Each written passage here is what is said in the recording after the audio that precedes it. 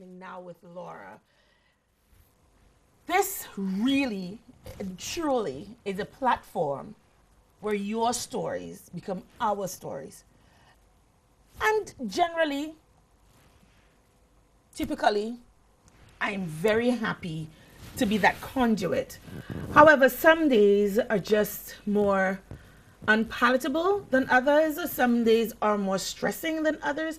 Some days you just want to say, you know what, I want to go to bed and just don't get up. Not die, but just don't wake up to the reality of what is around you. You know, and today it's just one of those days. It's like, wow, can't you just catch a break already? Can't you just catch a break already? All of those things, you're hearing so many things every day. Violence upon violence upon violence. And last week, I remember saying that, you know, we're halfway through the year and we're trending on having or realizing half the murders that we had last year. And remember, last year, we had 60 murders. 60 murders. Like, I mean, that was unprecedented. And I hope we never get to that point. But it looks like, you know, we're at halfway in the year and we're picking up steam. We're picking up speed. It's like you just can't catch a break. Let me tell you something. Last week, when I spoke about gender-based violence, some people were not very pleased with me.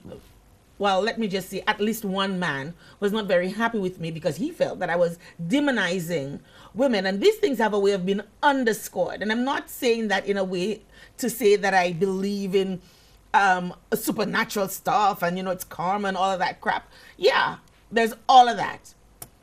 But you just can't escape history, and you just can't escape humanity, and you just can't escape the way some people think.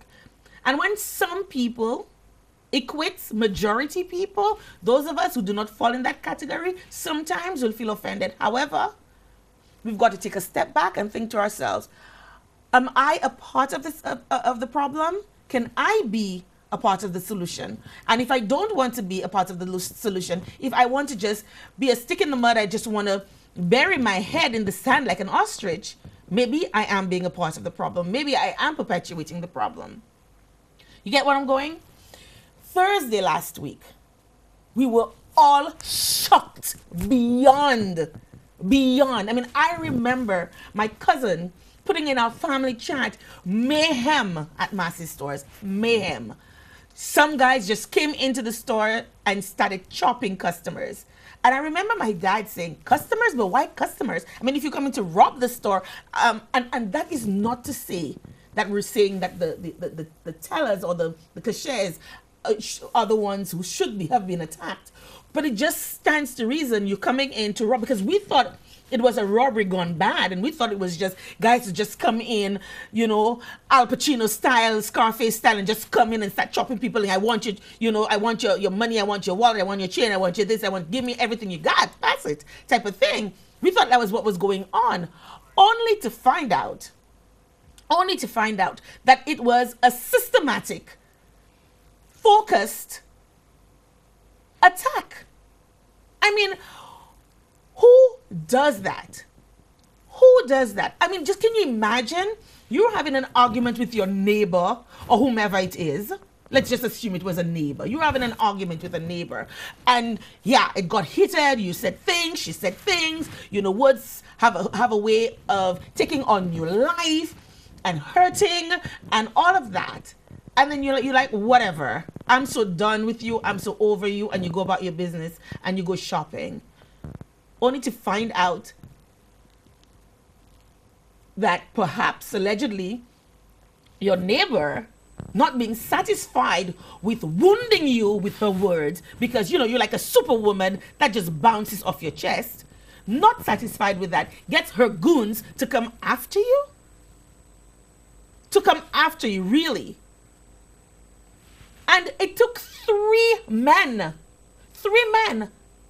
to chop a defenseless woman. I don't care how butch she may be. I don't care how powerful her words are. I don't care how much she hurt this other woman with her words or whatever. You don't come after a defenseless person You don't come after anybody with machetes. You don't even come after animals that you've been rearing for butchering with 3 machetes. Like, that just makes no sense. That is just cruel. That's unusual. That is preposterous.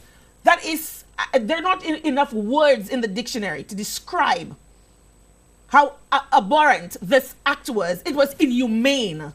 And from what I understand, this woman lost her arm. She lost her hand.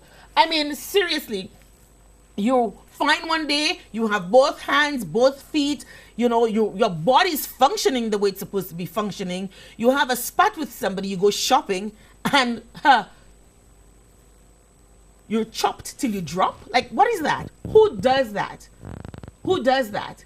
And you know, there will be people, of course, who are going to defend that kind of behavior. And there are people who are going to be like, oh, well, she shouldn't have argued with the woman in the first place and all of that. I don't care. I really don't. Who started what? The fact of the matter is, use your words to resolve your conflict. And if I'm having a verbal argument with you, I don't see any reason why you have to bring weaponry to that fight. That makes no sense. That makes no sense. Now, so that happened on the Friday. I said Thursday earlier, but it's actually Friday. That happened the Friday. And I'm like, whoa. And all over the weekend, I'm mulling over it. I can't believe this happened. It's happened at the supermarket. My family has a supermarket. I'm like, whoa. If that were to happen at our store, I don't think we would have been able to get over the trauma. How do you deal with that? How do you deal with your staff? How do you deal with your customers who support you and patronize your store every day? You know, how do you deal with that? Where do you start? How much counseling do you go through? I mean, I looked at the video of the incident where they were interviewing the shoppers, and this one woman was just crying, and I'm in tears crying too, because I'm like, whoa, you know, what do you do when you're shopping? And then you just see this unfold in front of you. How do you deal with that? And some people were saying, oh, I can't believe people were just standing by and just watching this. And I'm thinking, no, think of the makeup of the people in the store at the time. This woman does not look like she's going to be able to be of any assistance to anybody. We're going to show the video a little later on. She can't be any help to anybody. You know, she's so traumatized herself. There's one gentleman who's talking about him taking his kids to school, and he's in there, and yeah, maybe if he were alone he could have rendered some assistance, but as a father, your first instinct is to protect your children. You know, if I'm an elderly person and I'm in there, I'm not thinking, oh my gosh, you know, let me help. And furthermore, you're shopping, you're not expecting, if you're in a place, in a war zone, you're in a ghetto, and I'm not saying that every ghetto is the same, and I'm not saying that a hallmark of ghettos is violence, I'm not saying that at all, so please don't jump down my throat when the lines are open. But I'm just saying, if you're in a hot spot and you expect that kind of thing to happen, yeah, when a fight breaks out, you know how to react because you're there and you expect that kind of behavior. But it's like the incident in church at the cathedral when those people were set ablaze. You're praying, you're in a place of worship, you're not expecting that. And even though you know once you're on fire, it's stop, drop, and roll, you're not thinking to do that at that time, because it's like, what is this, the Holy Ghost coming down on me? What, am I supposed to just stay there and take it? What's happening? You don't know. So sometimes you have to stop and think about all of those things. Now, if you're trained for that eventuality, if you think in your head, you know, if this were to happen to me, this is what I'm going to do, and you keep relaying that in your mind all the time, perhaps you may have a chance of survival. But hey, let's have a look at the clip of Friday's incident. Massey stores came to a screeching halt less than 2 hours after the supermarket opened its doors for business on Friday. The popular shopping center became a crime scene after an argument between 2 women outside turned bloody inside. Eyewitnesses say the two had been exchanging words for some time that morning, but around 9 o'clock things escalated and male companions became involved in the squabble, which quickly turned bloody. And then you see the 3 fellas come out in the aisle down there. And each of them had the cutlass. They just pull it out on this side, and they just rush into the supermarket. But the security tried to stop them, and she couldn't stop them because each of them had a cutlass, and they just rushed into the 2 people that was inside. They were a guy and a female. Once customers and staff realized what was happening, panic ensued. Witnesses say the victims of the assault attempted to defend themselves. Anything that wasn't screwed down became a weapon, including bottles from the supermarket shelves. customers were sent scurrying for cover from the dangerous projectiles. This woman, who saw the entire affair unfold, was left traumatized by what she witnessed. I had to run for myself because I don't want to get hurt in it. And look, Lord knows. One bus driver on his way to drop his children off at school had one of his windows smashed during the altercation. Luckily, neither he nor his children were injured. When I saw the fight going on, I was back then, I reversed at the back to avoid the bottles and the stones. And I just said, the guys are shatter, and I just drive forward. That was it. And the fellas just rush inside and just chopping one another. Unfortunately, he says the bus has third-party liability cover, so he will likely have to pay for the repairs to the vehicle out of his own pocket. No other property was damaged during the scuffle, as several quick-thinking vehicle owners quickly vacated the parking lot. The incident has, however, caused the witnesses to call on government to expedite the demolition of the remaining CDC apartments in Leclerc and to advance its plans to clean up the area. They're going on the assumption that that would also mean the removal of criminal elements and other undesirable characters from the area. The bloody attack has also led to pleas for security companies to place better trained and armed security guards at such locations. For the DBS Newsworld, Kendall Burton reporting. That a 180. A couple of weeks ago, we were talking about, leave the people in the thing and all of that and save the buildings and don't move them and all of that. And now we're talking about, hey, maybe the best thing for that area would be to get to demolish. And I don't have an opinion one way or another about the CDC buildings. As far as I'm concerned, those are not homes. I should not say that these are not homes, because obviously they're homes to people, to some people. But this is not fit for human habitation. When the ones that I've seen, and those buildings have been like that ever since I lived at Leclerc for a short period of time. I mean, I can't imagine raising a family in that kind of environment. And I understand and I recognize and I accept that some people may feel that they don't have a way out. There is not a better way, that they have no other option. And I think that's where government comes in, and to see about its citizens, the kinds of things that we need to see about. So yeah, absolutely, those CDC buildings need to go. But where do you put the people? And that's where consultation comes in. And it's not just about talk. We in this country, administration after administration, all we seem to do is talk, and we talk about wanting consensus and all of that. There comes a time when, you have to talk, but then after the talk, get down to the business of acting, because we didn't put you as a government to just talk. We want to see action. We want to see that you take care of having a business. And obviously, I don't have the time, and maybe I don't have the wherewithal, I don't have the mindset. What I'm good at is seeing a good business idea or investment and investing. So I'm an entrepreneur. So I will hire a manager to take care of my business. Don't tell me I've hired you to take care of my business, and all you're telling me is talk. Like, you're just giving me ideas, but you're not putting those ideas into action. Eventually, I'll get rid of you and get somebody who could do the job. And when I say do the job, it's come to me with the ideas and whatnot, but enact them once we've agreed that this is what's going to happen. This is what you do as a government. You're a manager of the affairs of the people. So now we're talking about get rid of the CDC buildings because maybe it's a hot spot and a breeding ground for what happened. I don't know.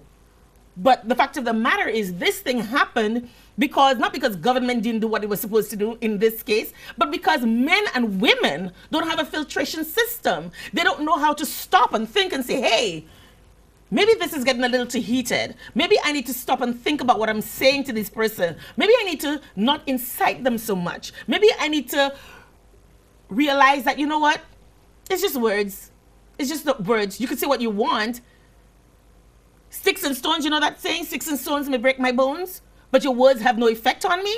We need to stop and start thinking about that and accepting that and saying, hey, they're just words, and move on. And that's a problem with people. We don't know how to move on. We don't know how to move on. So fast forward a couple days later. So on Sunday, I'm at this First Communion party. I'm having a good time. I'm with my family. And let me tell you, all kinds of people were there. I mean, there were ex-police officers, all sorts of people. Wide cross-section of the community was there. And so we're having a good time. And then there's this brouhaha on the side. And we're looking and we're like, oh, there are people there's arguments, people are flailing their hands and everything is happening. What's going on? To find out that some guy decided that he wanted to defraud a little vendor guy who was out there selling his little peanuts or whatever he was selling from his bucket. Right? So that went on and then that broke up. Then a little later on, we're seeing the same guy involved in the incident, food went flying and cuffs went, I thought I was watching a live street brawl between Evander Holyfield and Mike Tyson. The only thing that didn't happen there was that nobody bit anybody's ear off. But punches were flying and it was just like, whoa. Then it became almost like a mixed martial arts thing. And people were so shocked. They were just standing there. Everybody was just aghast, just standing there. Nobody thought to pick up the phone. And I'm not saying to take a picture or to videotape, to call the police. I mean, I stood there for like 5 seconds. I'm like, whoa. When I noticed what was going on, pulled my family out of the way, got on that phone and called the police. Because that's the only thing I was concerned about. Getting that. I'm not going near there. Too many times we've heard of people coming in to, separate a debacle and put peace. And they're the ones losing their lives. I'm not about to lose my sweet life because some guy wanted to be an idiot. Heck no. I'm not doing that. I'm sorry. If that makes me unchristian-like, then guess what? I'll deal with that with my God. That's between us. But I ain't about to go in there and to lose my life, limb, or be a vegetable or be maimed because some idiot doesn't know how to behave himself. Picked up the phone and called the police. Next thing I know, the guy is lying prone on the road, not moving. Let me just tell you something. I've always been one to support the police. 100%. I've always said that. But when it's right, it's right. And when it's wrong, it's wrong. I just felt the police took too damn long to get there. Library is a small community. Extremely small. You can't tell me that it's going to take you 10, 15 minutes to get to a situation where I'm telling you there's a guy lying prostrate on the ground. That makes no sense. And then you're going to tell me, where is that again? Where is that? Where is that? I'm telling you exactly. I've identified who I am. I'm telling you where I am. And I'm telling you what's happening. And you still don't know where you're supposed to be going. And here's the thing, especially in small communities. And you know what?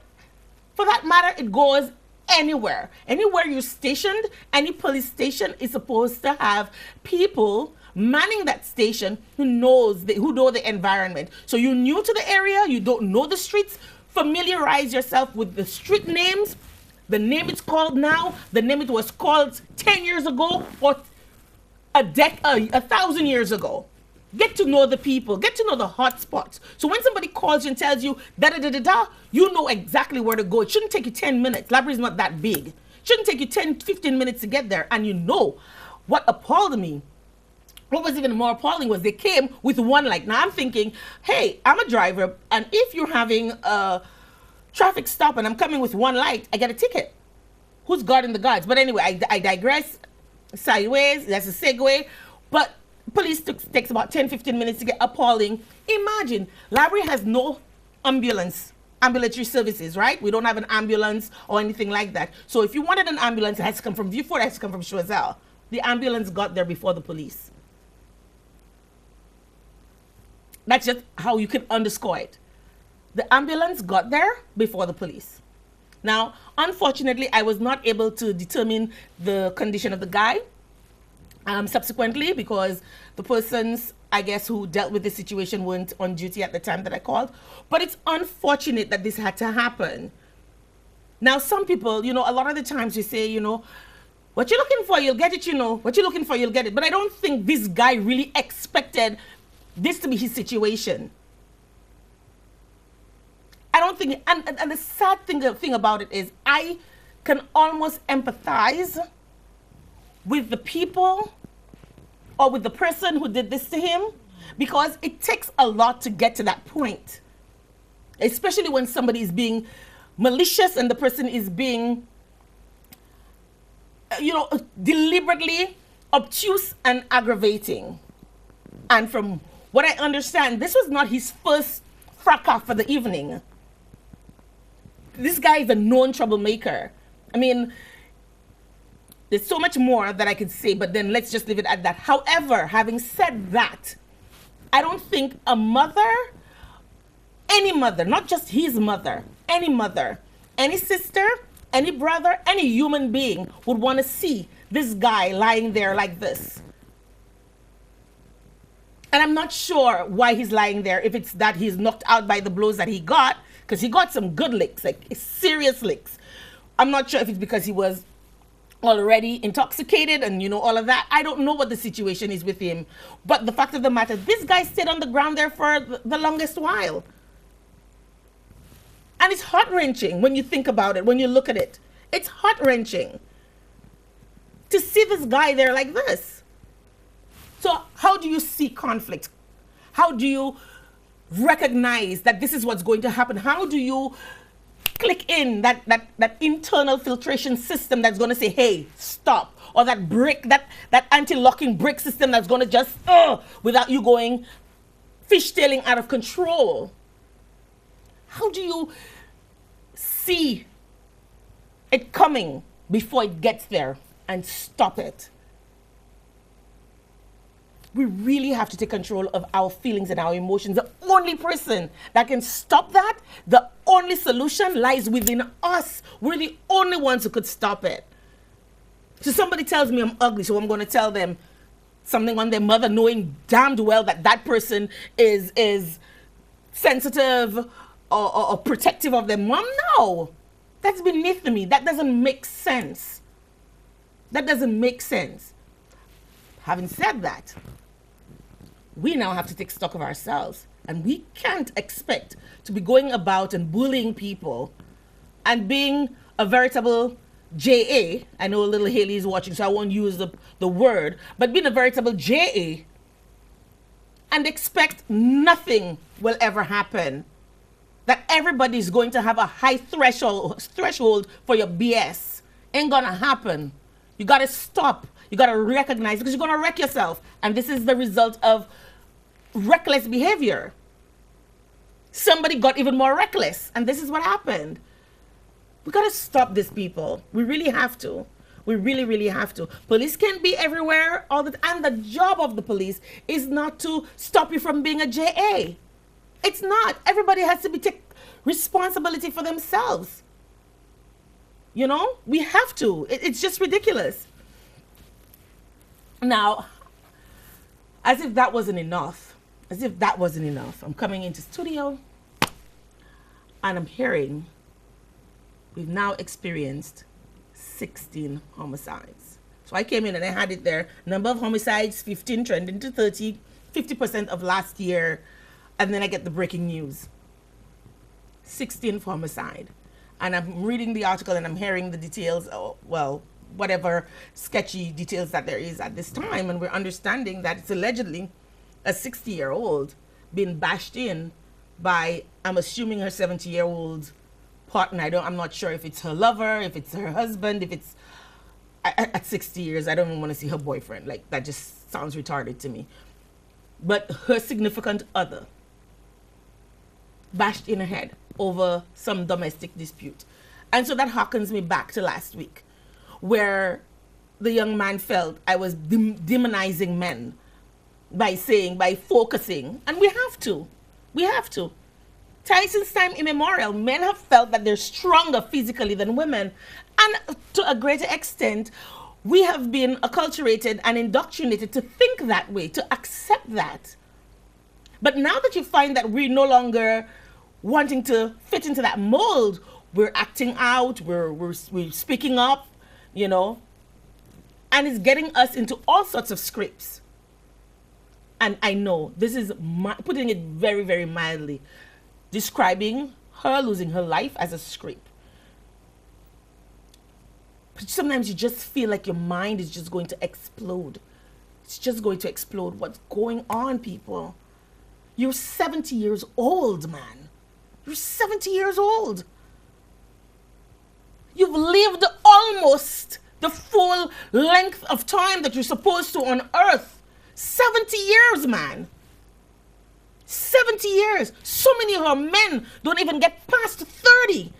You've lived to the ripe old age of 70. This is what you're doing? This is what you're doing? And just imagine, you're 60 years old, you're a woman, you've seen your children, you started, greeting your grandbabies into this world, and you're happy. You just want to spend the rest of your days spoiling them, and being grandma. And just like that, it's lights out. Just like that. Where does it end? Do we care about ourselves enough to stop and say, no, I'm not doing this. I'm not having this conversation with you. I am not going to deal with that. I'm just not going there. I'm not going there with you. Can we do that? And then we want to blame government, and we want to blame this one, and we want to point the finger at that one and this one and the other. When really, what we should do is, as Michael Jackson says, take a look at the man in the mirror. Take a good look and start there. How do I be a part of the solution? How do I distance myself from being a part of the problem? How can I fix me and translate that to helping somebody else? How do we stop? Now we're running out of time for our trainings. I just want to squeeze one more thing in there. I want to say bravo to the young woman who said, you know what, I have suffered in silence long enough, and I am going to do something about my violation.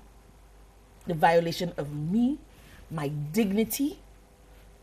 When I was a vulnerable person, I'm no longer vulnerable. I am strong. I have a voice, and I'm going to get justice for myself.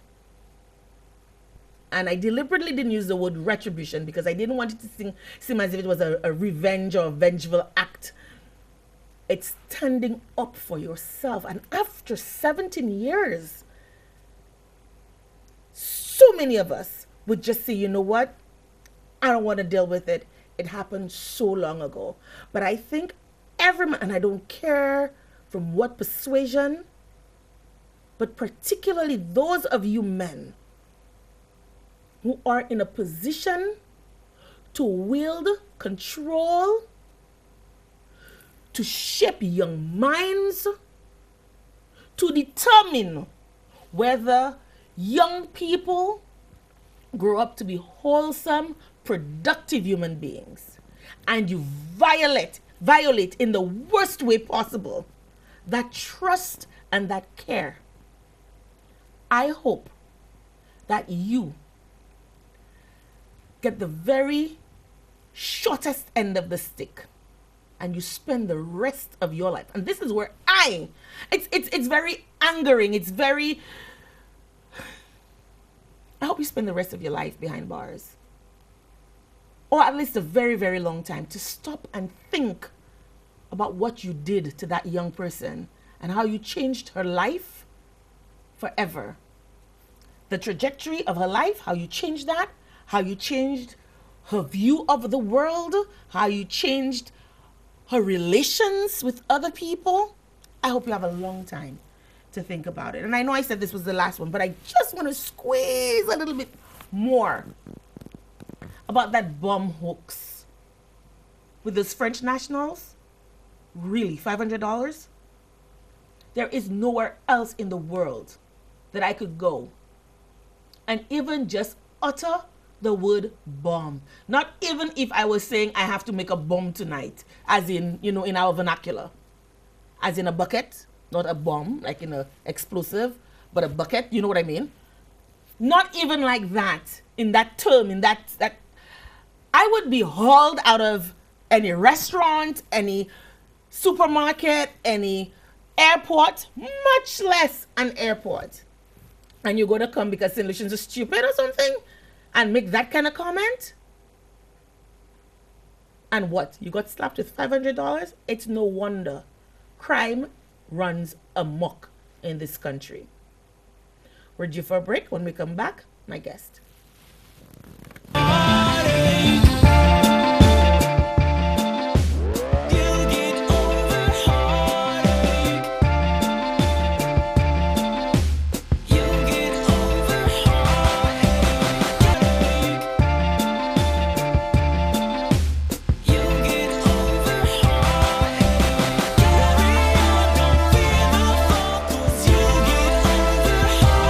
welcome back and thank you for staying tuned to what's happening now with Laura.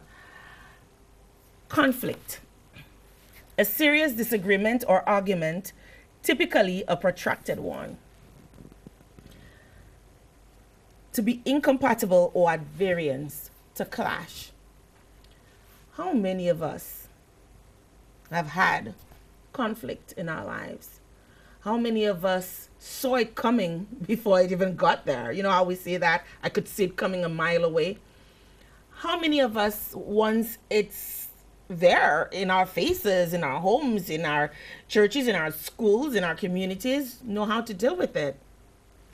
Tonight, my guest is Lisa Evans, no stranger to our studio, and she's a conflict resolution specialist. Welcome, Lisa. Thank you, Laura. So, we've had a number of incidents highlighted. And by the way, the word incidents and not incidences like some people say. It annoys me, just irks me when I hear that. Incidences. It's incidents. We've had a number of incidents highlighted in the preamble, all stemming from conflict. What's your opinion on that? Well, definitely. I heard you mention that it starts with us, that the solution begins with each of us individually. And I'd just like to quote William Ury. He is the author of Getting to Yes. It's a very popular book on negotiation skills. And he says that really the answer to peace is humans. It's us. We have to be able to go to the balcony. There's a term used for looking at a third point of view. We always say that it's between you and me, but we forget that there is a third side to the story, those looking in. You mentioned about people not doing anything or not acting appropriately. For example, you don't want to get in the middle of a brawl, but you can pick up your phone and call the police. What do we do when we observe within our own families, within our own communities, within our own workplaces that there is a conflict and people are not able to handle it well? They are passive aggressive or they've just shut down like your niece. So what do we do? That third side, that third party, that neutral person can help to bring a resolution by acting appropriately. Now, Lisa, I think conflict does not just rear its head. It just doesn't happen. There's always a precursor. Yes. And you're going to have a workshop coming up next month. Yes. Called Understanding Conflict. Yes. And I think that's a very good place to start, to understand what conflict is in order to deal with it, to recognize it, to see it coming, for instance, from that mile that we like to see. Tell us a little bit more about what you mean when you say understanding conflict. Okay. Many times when we say conflict, people think of dispute. But what I've found out, and researchers say that there's a difference between conflict and dispute. Conflict is all around us, is as simple as us having two different points of view concerning something. Dispute happens when conflict escalates and it gets to the point where people become polarized, and then they absolutely, they're in two far ends of the stick. So that's a dispute. The workshop is going to help people to identify conflict from its very early stages, the basic conflicts that happen every day. Who put the dishes in the sink and didn't wash it? Where am I going to have lunch? What am I going to eat today? I want to eat salad. I want to eat meat. These are basic conflicts. But how do we cohabitate with other persons? How do we deal with the fact that you are different, you're wearing pink and I'm not, but I'm still going to sit in the studio with you, even though you're wearing pink and I may not like pink. So this is what the workshop is going to do, help people to understand conflict at its very basic place, and then the levels of conflict and how to deal with it when it arises. What do you reckon would happen if persons allowed those minor conflicts to escalate? I mean, we have evidence of it, but just give us an example of a progression if we were to just ignore the little things. And I always say it's the little things that make the big things bearable. So if we were to ignore all the little things, what kind of a world, for instance, would we be living in without addressing those little things? Okay, I thought of two examples, but I'll use a home example, domestic example of someone comes from work or comes in from outside and they drop their shoes in front of the door. Another person has to come and put it aside. That happens day after day after day. You speak to the person, okay, I'll do it. They may have done it once. By the next time they continue doing it. Eventually you get frustrated and you say, you know what, I'm not going to clean up, I'm just going to leave it. Then you realize you're not cleaning up, they're leaving it in the mess. Then you realize, oh, okay, I'm not going to sweep the floor at all. I'm not going to mop the floor at all. So it moves from just that little area to not cleaning the house, to you living in an environment that's uncomfortable to you, the person A.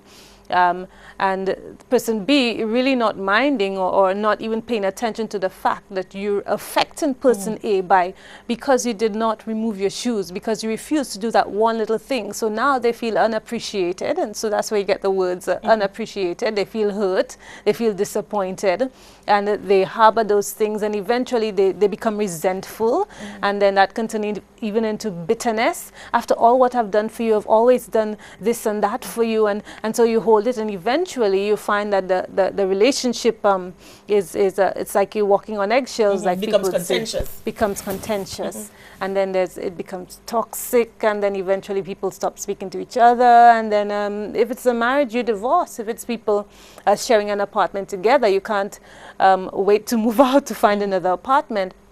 And we hope it doesn't escalate to the point where you're so bitter that you want to hurt the other person because you feel so hurt that they don't appreciate all what you've done. So it can escalate all the way there. Absolutely.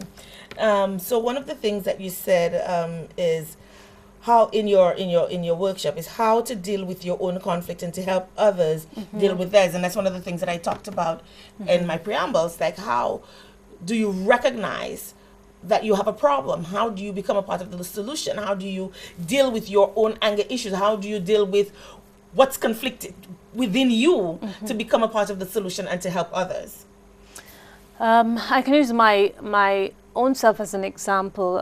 One time I was in a situation where I hit another vehicle, and the first time I hit a vehicle, it wasn't my vehicle I was driving, I hit another one, and I felt I was a bit shaken and I was a bit disappointed in myself. So if you're looking at the person, this happens, and then the person whose vehicle I hit was very angry and irate, and I was able to remember, okay, Lisa, just stay calm and allow them to vent and try to, you know what, that's not the way, or let's handle this. I was able to settle and pay it off, but having the understanding and the knowledge that you can actually escalate a situation or diffuse it makes a big difference. It's something that you have to constantly reaffirm that, okay, this happened,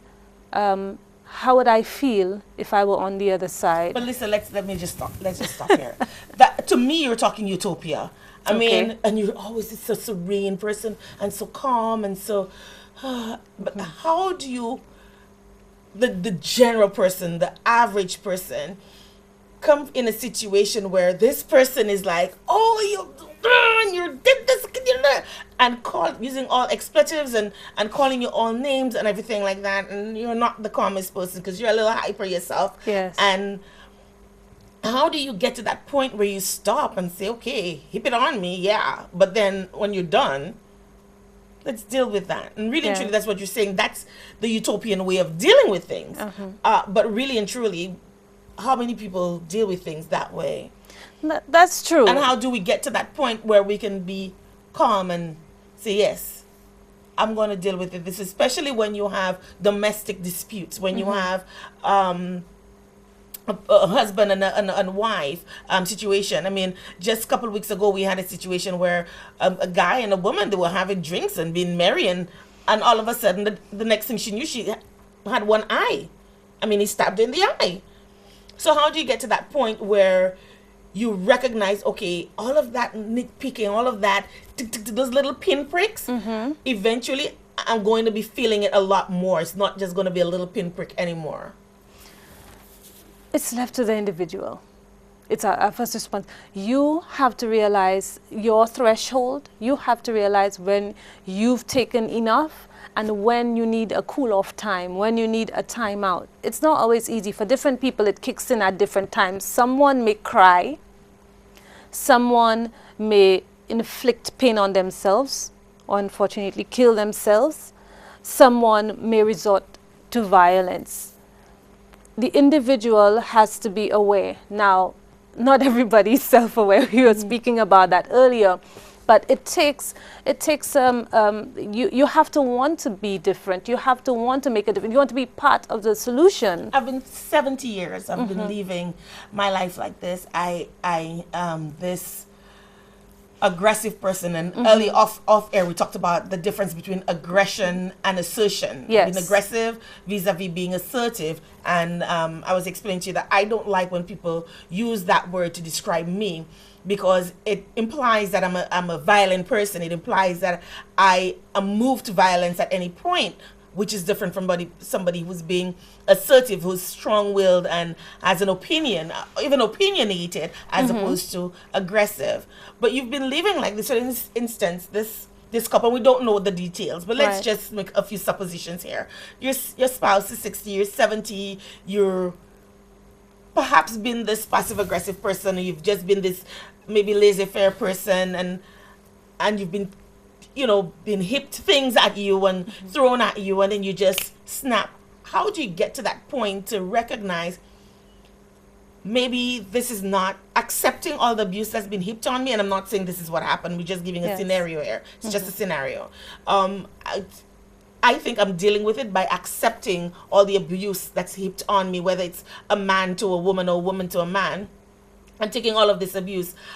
How to deal with it, because a lot of the times, especially our men folk, they don't deal with conflict, they don't deal with differences, they don't deal with the emotions. They just say, okay, she's just being a woman, she'll get over it, and then it escalates. How do you recognize that as being a part of the problem in and of itself, and to fix that so that you can become a better spouse?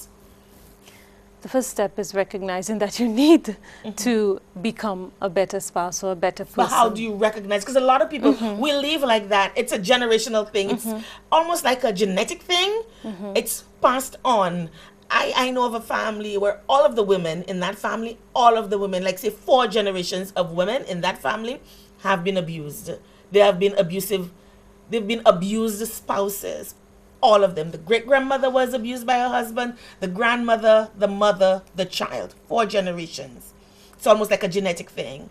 It's something that is learned, I think, passed on. So how do you now, as that 4th generation, or even that 5th generation, come up and say, whoa, I don't want that to be me? How do you recognize abuse in your, familiar, and then to decide, okay, I'm not going to perpetuate that. I'm not going to be in that situation. Because what I'm trying to drive at is, yes, we have to recognize it for ourselves, but how do we recognize it? Because if I'm living that reality all my life, every generation, that's the reality. This is what I see. This is what I have as my benchmark.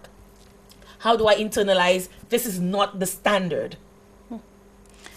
The truth is, I really can't, because so many different examples are coming to my mind. One is of, we know those stories of young people who grew up in really horrible situations, and yet they turn out to be exceptional. And then you have situations where people grow up and they observe their own parent being abused or not being happy in a relationship, and deciding, I'm not going to be with a man and allow myself to be abused like that, in terms of just running all these women. And so I know of people in both of these situations, and for these individuals, they're like one in 100 or large numbers who decide that I want to be different. You have to dare to be different. You have to want to step out of the boat. You have to want to not be like everyone else and not just say circumstances make me what I am. If I had to say circumstances make me what I am, I would not be here today.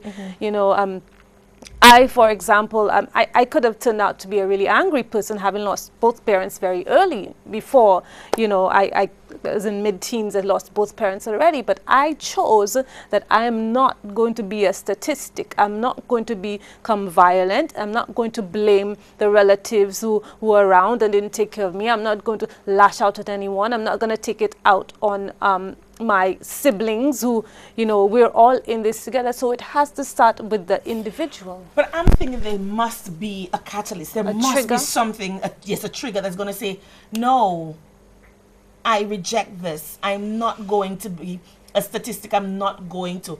In your case, what was that for you? Because I can't imagine you just coming to that realization on your own, even as a child. So for instance, you said you were in your mid-teens. But what if a child was just 8 or 10? When it happened and you were there, so you saw your parents die, they were violently snatched from you.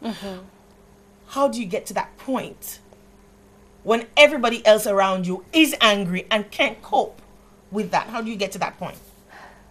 Again, I was 10 when my mother died, I can say, and I remember saying to myself that, okay, now I have to take care of myself. I internalized that as a 10-year-old, and I knew that from that moment forward I did not have mommy, and so I needed to take care of myself, and there were certain things that if mommy was there would expect of me to do. But that's your trigger. That was my trigger. You had a mom who cared, and you had a mom that instilled in you those, and that's what I was driving at. You had a mom that instilled in you those kinds of values. That's right. At the end of the day, when you lost her, you're like, okay, because like my mom, and like you, I could say, I almost lost my mom. And I was way older, like maybe over twice your age when you lost your mom. And when it was happening in front of me, I was just like, oh. And I remember I tell people all the time, I'm getting goose pimples. I had literally 4 people in my head. The me that is dramatic, wanted to just started screaming and running all over the place.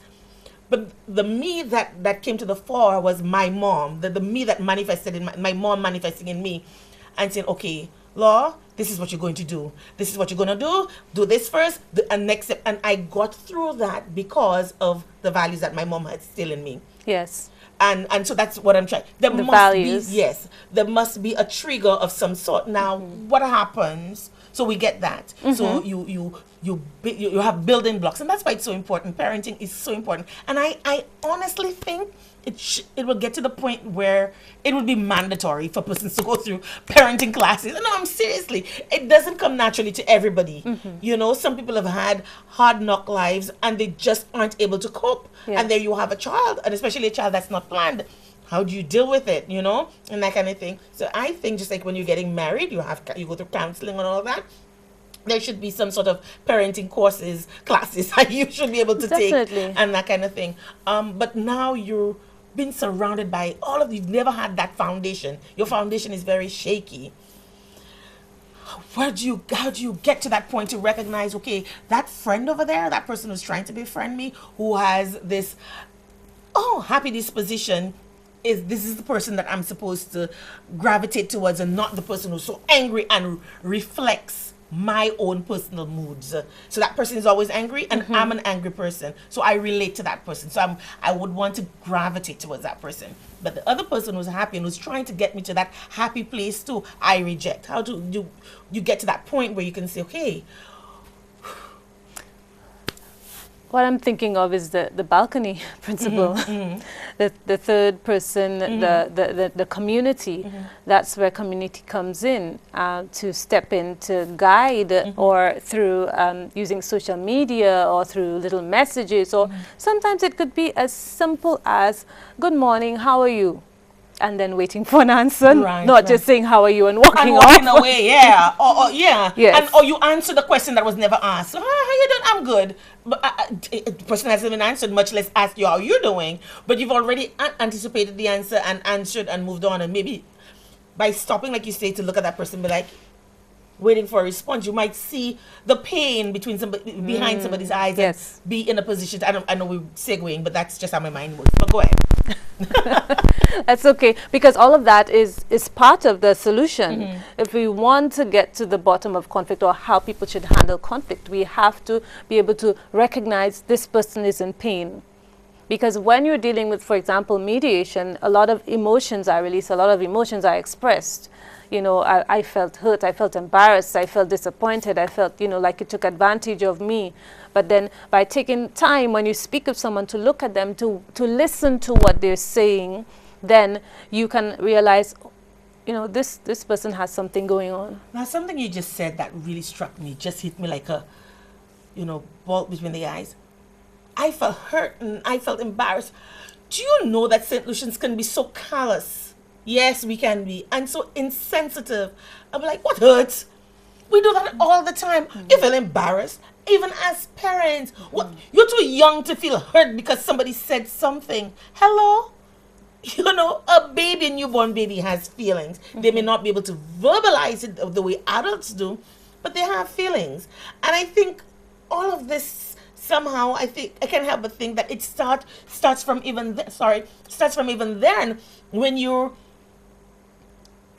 treating a baby so cold, like, oh, you're crying, I fed you, you have a dry nappy, you're not cold, you're not hot, stay in the crib. And when really and truly all the little baby wants is just a little TLC, a little love, a little pampering, you know.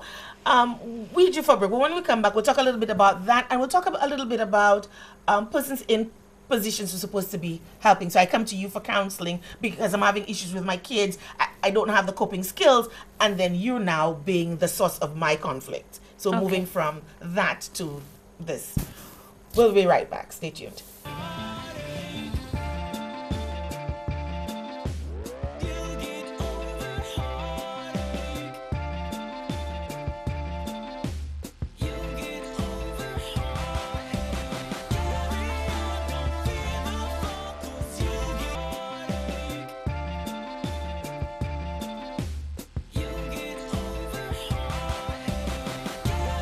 Welcome back, and thank you for staying tuned with what's happening now with Lauren. We've been having a very animated discussion about conflict, recognizing conflict, and how do you deal with conflict when it comes to you. Before the break, I posed the question to Lisa: how do you deal with conflict when you go to, like, say for instance, you go to someone for help. You're having issues of one kind or another, and you need help because you don't have the coping mechanisms to deal with, and so you've gone to this person who's supposed to be helping you, who's supposed to be giving you those guidelines and those lifelong skills to deal with that conflict, and then that person ends up being a violator himself. And I mean, in my preamble, I talked to you about the young woman who has pressed charges against her former teacher for violating her sexually when, you know, as a child, as a vulnerable child in his care.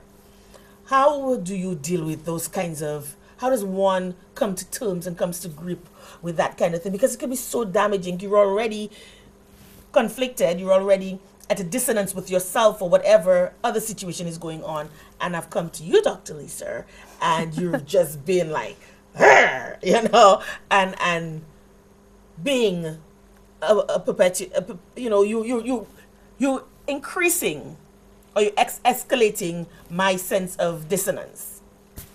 How do you deal with it? It's really disheartening to find out that someone has been taken advantage of like that. And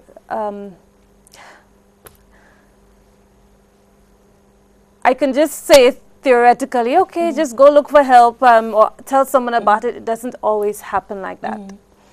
Again, I would like to point to the balcony, the community, being a little more aware, like more involved, paying attention, family members, siblings, pay attention, find out how is that person doing. Okay, you know that their relative passed away or so on, follow up on them. Okay, you can't follow up on them every week or every day, but check on them now and again to see how you're doing. I know one situation where I observed one young lady. She didn't look like she was in trouble, but I just suspected. And in speaking with her over a period of time, then she broke down. She said she went to the individual for help. She went to that individual to help her career-wise, and, you know, it went the wrong way. And I had to help guide her out of that. So if I had not been alert enough to see this person is in trouble, then I could not have helped her. There are not always people like that to help those who are in danger, but those of us who are aware should step in and, as a community, help however you can. Off camera, we were talking earlier about those PSAs, you know, and I always say succession continuity. I think one of the reasons why any campaign never works in St. Lucia's because we don't have that continuity, we don't have that sustaining power. So we'll have PSAs dealing with an issue, good touch, bad touch for a week because we're recognizing, we're observing a day. And so we go through this elaborate show, song and dance about good touch, bad touch, or ending violence against women and girls, stopping violence, period, all sorts of things. But then after that week, then the new sensation comes along and we forget about it, and there's nothing to sustain it. And I think that's one of the problems is that we're not sufficiently aware of things that are happening and when to recognize somebody means good for us and somebody means bad for us, and maybe a generation gets missed. Because your kids have been born every day. Yes. People are dying every day. New generation. So a time span for a certain PSA may not touch everybody. So it needs to be repeated continuously until we get to that situation where sufficient of us are aware, and then it becomes a cultural thing. Right. Where we're just passing it on because it has become a way of life for us. Okay, so with that, let's talk a little bit about your workshop coming up and what exactly you expect. When is it going to be? Who is it open to, and that kind of thing. Okay, the workshop is open to all adults only for now. It is. So that's 18 and above. 18 and above, yes. It is a morning workshop from 9 until about 12 at the Finance Administrative Center. It is only $100. And as mentioned, it's going to speak about conflicts from its inception and how it can escalate, how to handle it, and if you observe conflicts in someone else's life, someone who's close to you, how you can communicate with them to help them deal with conflict. And now that you say, as you just said that, I just, one of the 15 or now 16 homicides we have observed in this country is a case where this guy fell off a balcony. I don't know if you heard about that. This guy fell off a balcony from Sufra, I think it was, and the family did not believe that it was a suicide or it was an accident. They felt that there was something more, and the reason why they could say that is because they were aware of a conflict that was happening in his life, and it has now been ruled as a homicide. So you're right, you know, being aware of the persons around you, and how can we prevent that ultimate end, you know, which is death. We don't want to get to that point. We want to get to the point where that person is rehabilitated, or that person can move on past that. They can work towards becoming a better person. Our lines are now open. The number to call is 451-9788, or you can send us your WhatsApp messages at 284-6536, or you can email us at laurajappier@gmail.com with any of your comments, and we can endeavor to deal with that. Again, the number to call is 451-9788, and WhatsApp at 284-6536, email laurajappier@gmail.com. So, yes, Lisa, so it's open to adults, and what types of persons you expect that this workshop will cater to? The working class, mothers, fathers, business people. It's not so much going to be corporate, but the value of understanding conflicts will help you in the corporate world, because you'll get that intelligence, you get that understanding, so you are able to respond correctly when certain things happen in the work environment. Great. So is it open to individuals only, or are you going to be targeting corporations and companies as well for the staff, employees, and whatnot? Because I would imagine that in a workplace, you're spending most of your life at work. Yes. In a day, and I would imagine that a great source of your conflict would come from there, from work for the most part. Well, definitely, workers, employees, employers can send employees. We're just hoping, what I realize is that it's people who make up the workforce, who make up the community. So I really want people to see it as, not just my boss is sending me on training. I want them to see it as me developing myself, giving myself the opportunity to have a skill that I can use, whether at home or whether at work, or whether at a social event. That's what I really would like people to see and to gravitate towards. Great. So you said again, when is the workshop? What date is the workshop? It's on the 10th of July. Okay, so that's in July, and it's a morning workshop. It's from a morning, 9, yes. and it's going to be held at the Finance Administrative right. Center. And there's a cost to that of $100. Yes. Some people will be wondering, why a cost? Like, in this Glover season, we don't have money. I well need, I need $100 to feed my baby. Why would I take $100 to go to this workshop? Why is there a cost? There's a cost because, we never get what we don't value. And if we don't put a value towards something, then it's hardly that we appreciate it. So when you pay that $100, you know that $100 cannot compare to the extent of the damage that can be caused if you don't have the information that you would have by investing the $100.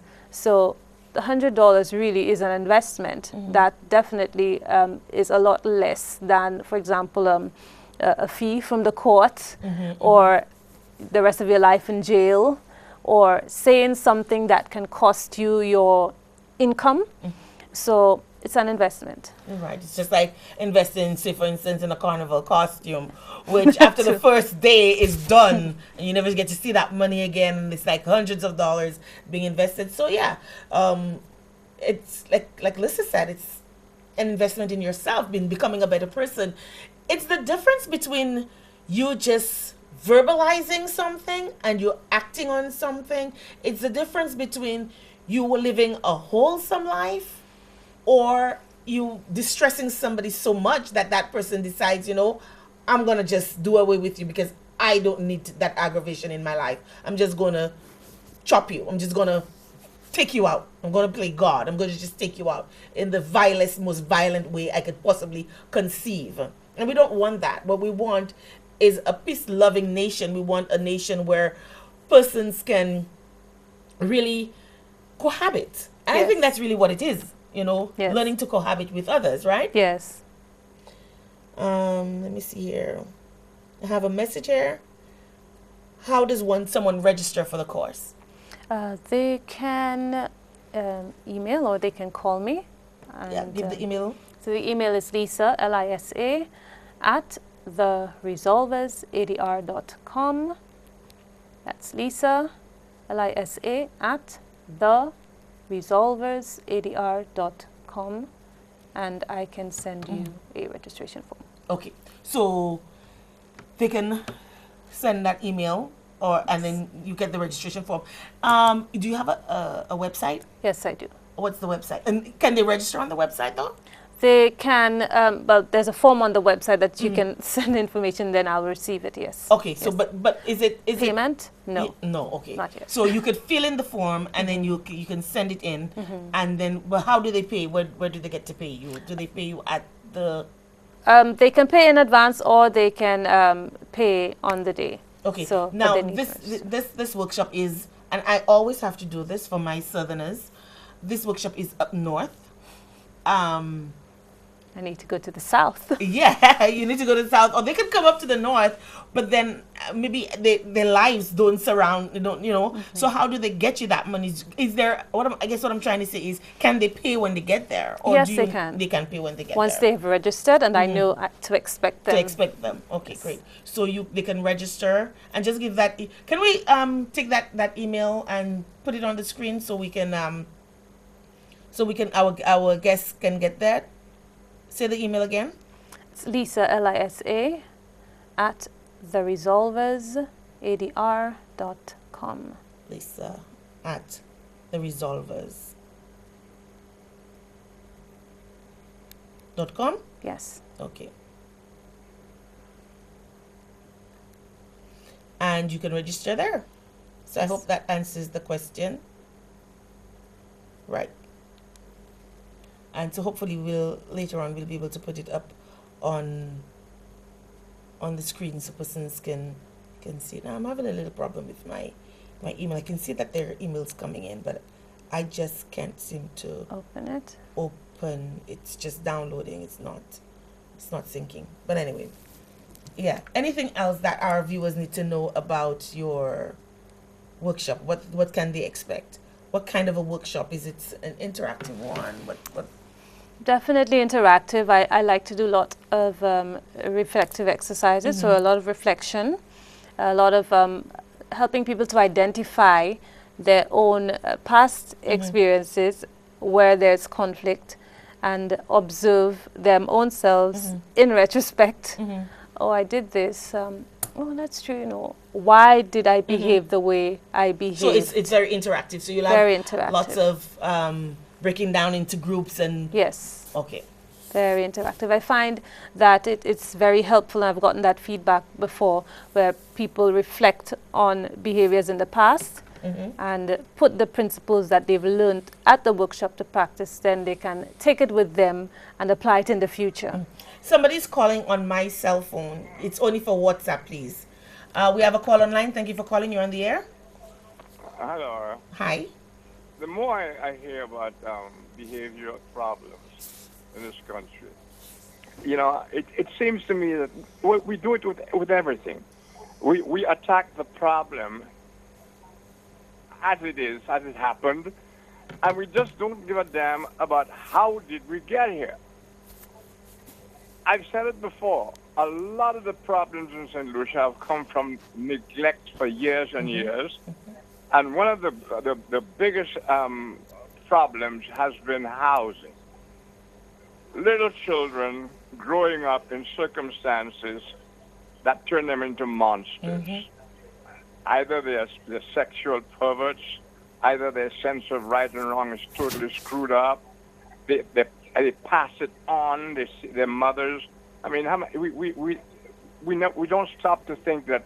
I mean, the number of young women with no jobs and have 3 kids. We don't have a dole system here. Where do these people get money from to take care of the kids? What do those kids see and take as normal? Who are those kids' heroes? We don't even have regular heroes. But the ghettos and the poverty-stricken areas have their heroes. And they're nothing like you and I would call a hero. And the kids grow up with us. But always we attack the problem when the kid commits himself. That's not the time the kid really needs you. The kid needs you from birth. The kid needs you from school. We need teachers. We need a school curriculum that takes into account the problems of the country. Just as we need to train people in jobs that we are likely to have, etc. It's almost as if we've been working in this country with no plan for years and years and years. And I've said before, from Pigeon Point, the project of Pigeon Point, right down to DSH, it's the same thing. It's all, nobody cares who is doing what.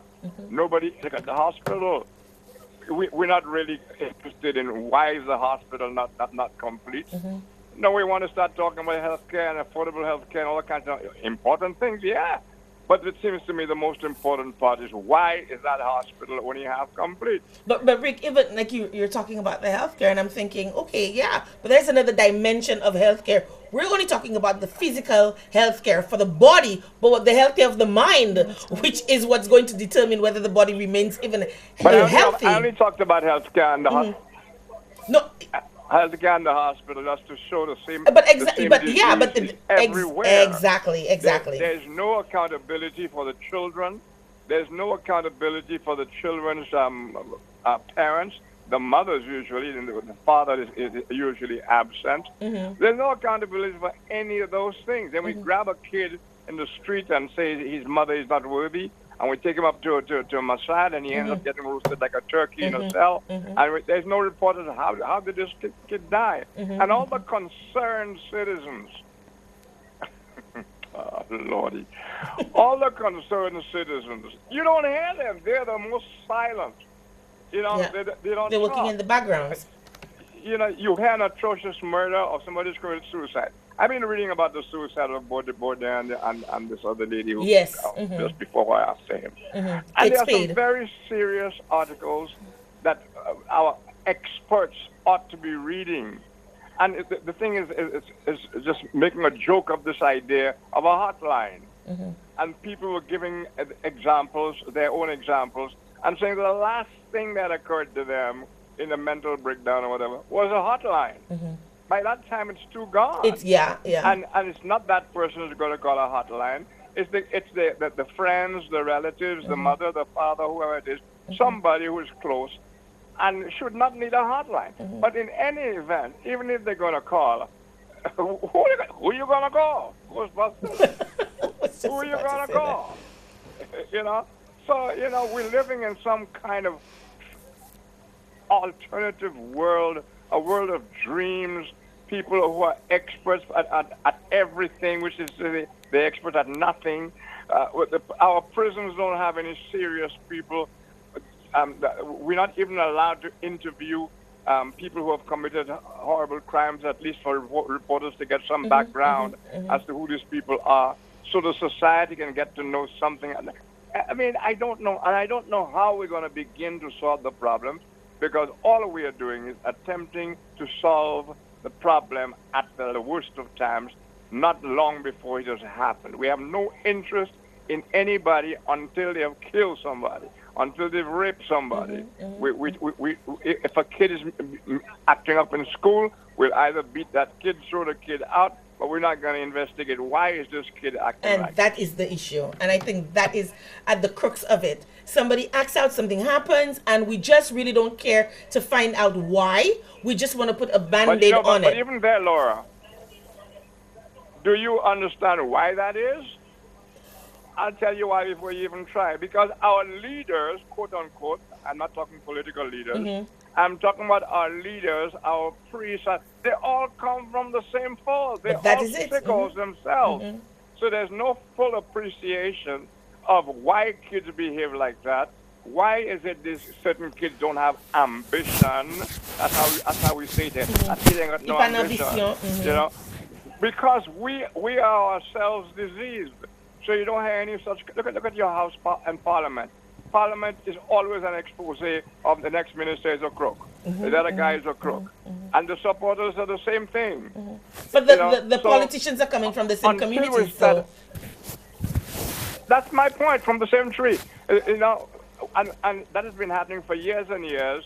So all we're going to do is attack the ache and the tooth, not examine that the tooth is rotten and you know, etc. Thank you very much. Thank you so much, Rick, for calling. And he made some valid points. He did. And I particularly took out of all of the salient points that he came out with the healthcare, and we didn't touch on that. We're very focused on the health of our bodies.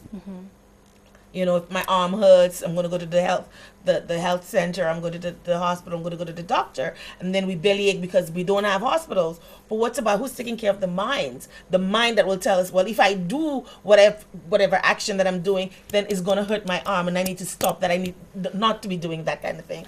And I think that's very important. We don't deal with that. And the other thing that he said that was really poignant is the fact that when somebody's acting, especially the little ones, you know, and I'm always so concerned about the little ones, when they're acting out, we ask them, what's wrong with you? We never ask them, why are you behaving like, did anybody do anything to you? What did mommy, Right. maybe that's not a good way of couching it, but what happened to you, Yes. to make you act like that? We always say, what's wrong with you? Making it seem like, okay, so I'm a diseased person. So something's wrong with me. I'm not right. And so that gives me impetus to act out even more, because I don't want to talk to you about what's happening with me, because you're already telling me That it's wrong something's with wrong. me. Yeah. You're not asking The me. use of language. Exactly. And I think I always say we speak very negatively. We don't speak from a positive slant. We always speak from a negative slant. So just the way we address kids, it's already putting you on the back foot, because you're telling me something is wrong with me, And so how do we take it from there? How are kids supposed to open up, and especially when the adult that they're talking to has already shown a preponderance to doing something that's just going to make the situation even worse. Yeah, you spoke earlier before we started about the use of words. And if you continue saying a certain thing to a child or to a person, eventually they believe it and they become it. And that is true. So as leaders, as Rick was mentioning, leaders have to realize that they are influencers. And so what they do, what they say, it has an impact on the people whom they lead or who follow them or who look up to them, whether directly or indirectly. So then the things we say and how we respond to it, it will have lasting effect. And that's the other thing, our leaders don't understand that. They're supposed to be leading from the front. I hear a lot of leaders say, I come to the table based on what my people say to me, but you're supposed to be the leader. And I've heard a lot of leaders utter violent sentiments. We have a call online. Thank you for calling. You on the air. Yes, good night, Laura. Good night.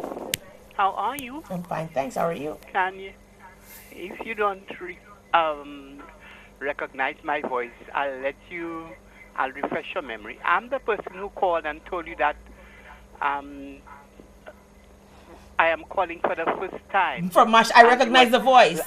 Right. Yes. And you told me that that I should call more often. Yes, I recognize the voice.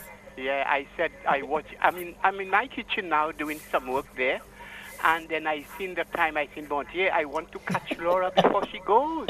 Yeah, because you're so very nice. Yeah, and excuse my manners. Good night to your guests. Good night. And how are you doing? I'm okay. I see you are in good spirits, my dear. Once you are with Laura, you are all right, and you will be in the best of spirits. Okay. I know she will take care of you. That is her.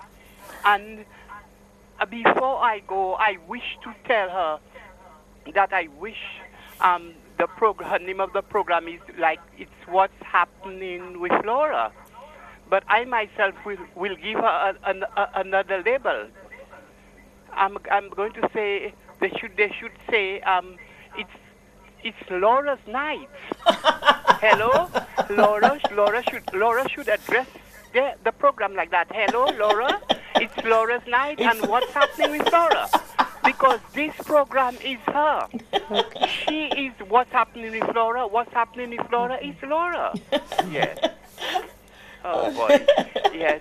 Anyway, one quick question, Laura. I'd address that to you.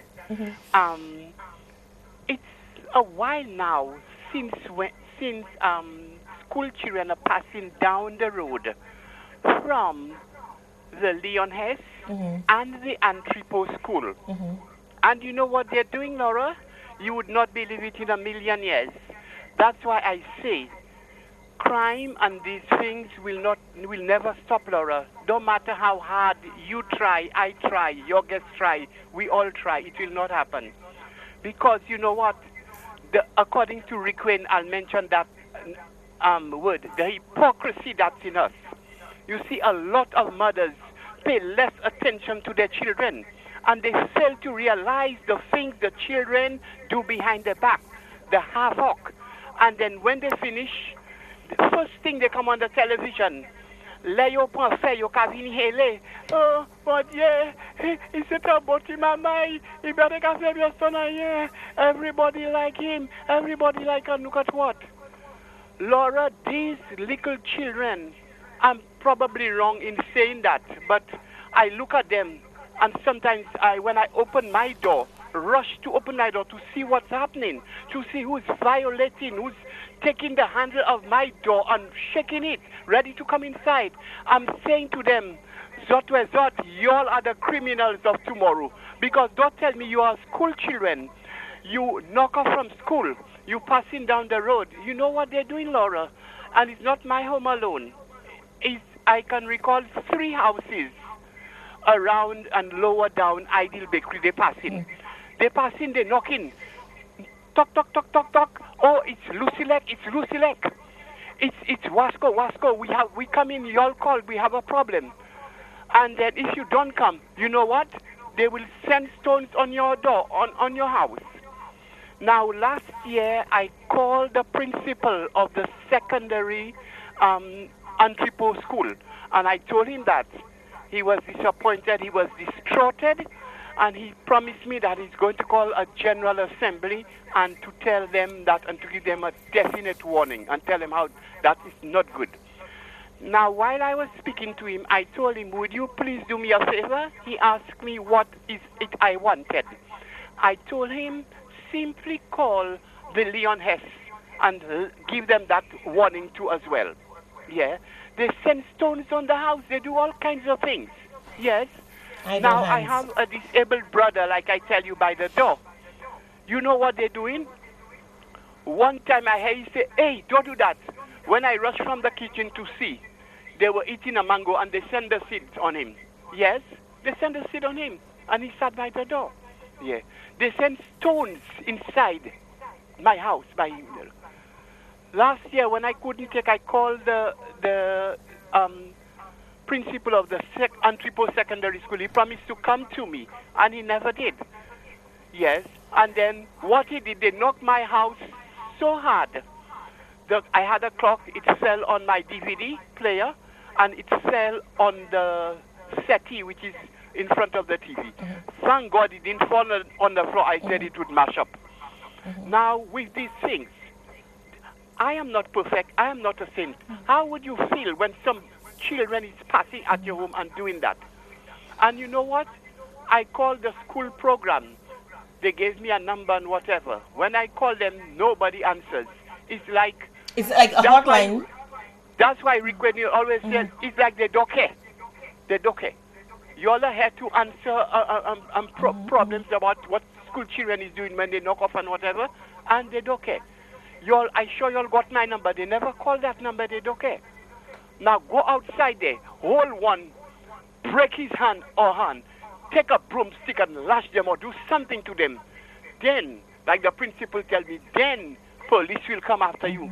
Then you will either be the bad guy, the bad girl, the bad woman, or the bad man. Why are you all doing this? And that's what we were talking about earlier. We were talking about earlier. We were saying it's the value system that you have, and then it's dealing, and you're doing all the right things, and you're calling the right persons, and you're doing the right things, and nothing is being done. And as we said, the conflict it escalates until it gets to the point where it becomes physical, and then that's where we don't want to go. Yeah. Up to today, it happened again. Before I left and I went in town and at the Paris Center and get some prayer books and whatever I wanted, and then come up the road. When I looked, 2 of them, and then they're telling me it's not them, the person run, they didn't have time to catch his or her crest to tell me who is that person. Yeah. And the principal of the Entrepot school is telling me, oh, what you have to do, just look at the color of the bags, and describe them and let me know. Okay, that makes no sense to me, because so many children have the same bags and that kind of thing. That is the same that doesn't make thing, sense Laura. to me. That doesn't make sense. You should realize, and another thing again, when you see they do that, Laura, time I come from the kitchen to the living room and open the door, they're all the way down by the Stanley Felix building. They're all the way down by the lights. So how can I see? Yeah, because like you say, all the bags are the same. So how can I see? Exactly. Yeah. Now you know another thing again. But we have to cut it shorter because we're running out of time. Yes. My final talk. My final piece. Yes. The neighbors passing by, people who are my friends, That one telling you, oh, me, I would put a basin with Clorox and breeze and I'd make one and bash it in their face. Another one tell me, you know what to do? Take the stones and the fingers and pelt behind them. Another one say, hold them and do them this. That one tell you, hold them and do them this, do them that. And what happened, Laura? If you're so foolish or daft and you go and do it, you got your tail burst, and then you in the GO go. Yes, and they're the very same ones. They're the very same ones who tell you you shouldn't have done that.